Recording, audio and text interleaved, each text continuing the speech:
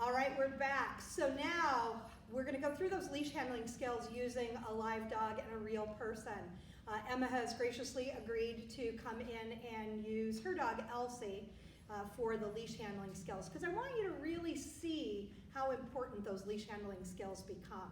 So if you don't handle the dog correctly, or if you don't handle your leash correctly is a better way to talk about it, this is typically what you get when you're trying to go for a loose leash walk. So Emma, come on in. We're just going to let Elsie kind of walk in and go.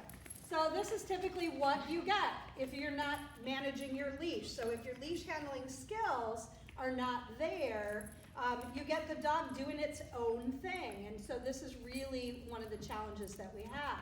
So you can see that Emma has her leash around her wrist. That's what's most comfortable for her. So now, in order to control Elsie, she's going to do that little gather maneuver, and she's going to bring that leash up so that Elsie only has 3 or 4 feet of leash. And look at what that cue just did for Elsie. What it did is it told Elsie, hey, you and I are doing this together. You're not on your own. You're not doing things all on your own. And now she can actually control her a little bit better by just simply bringing that tape to tape into her center of gravity. So her wrist goes into her center of gravity. And then if Elsie were to jump, she could just back up, keeping that leash centered in her center of gravity, not allowing her arm to drift away, and that controls the dog. So I'm going to back up just a little bit, and I'm going to walk in, and then if Elsie goes to jump, I'm going to have Emma just back up, holding that leash in that center of gravity. So, hi, Elsie. Good.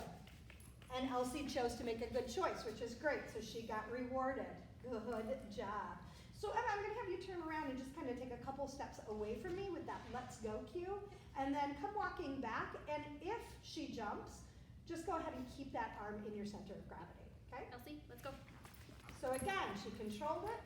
Perfect. She's going to walk forward towards me.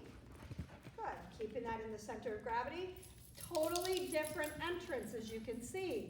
Because if we had an imaginary hula hoop around Elsie and we had a hula hoop around Emma, those hula hoops are joined.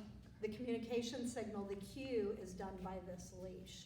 So again, Emma is very aware of what the environment is doing. You can see Elsie's looking around, trying to figure out what's going on. She's going to reward focus. And this allows her to maintain that control. So it's important that you understand 90% of loose leash walking control comes from this end of the leash, not that end of the leash. And so Emma, go ahead and give her a free cue and then drop that leash and let her go out. Tell her free. Perfect. I'm going to toss a little cookie there. Gather that leash back up. Tell her let's go. Let's go. Perfect. Excellent.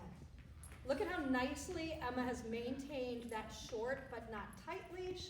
Her arm is taped to tape, so there we have the arm, the elbow, right on her center of gravity. It controls the forward momentum of the dog.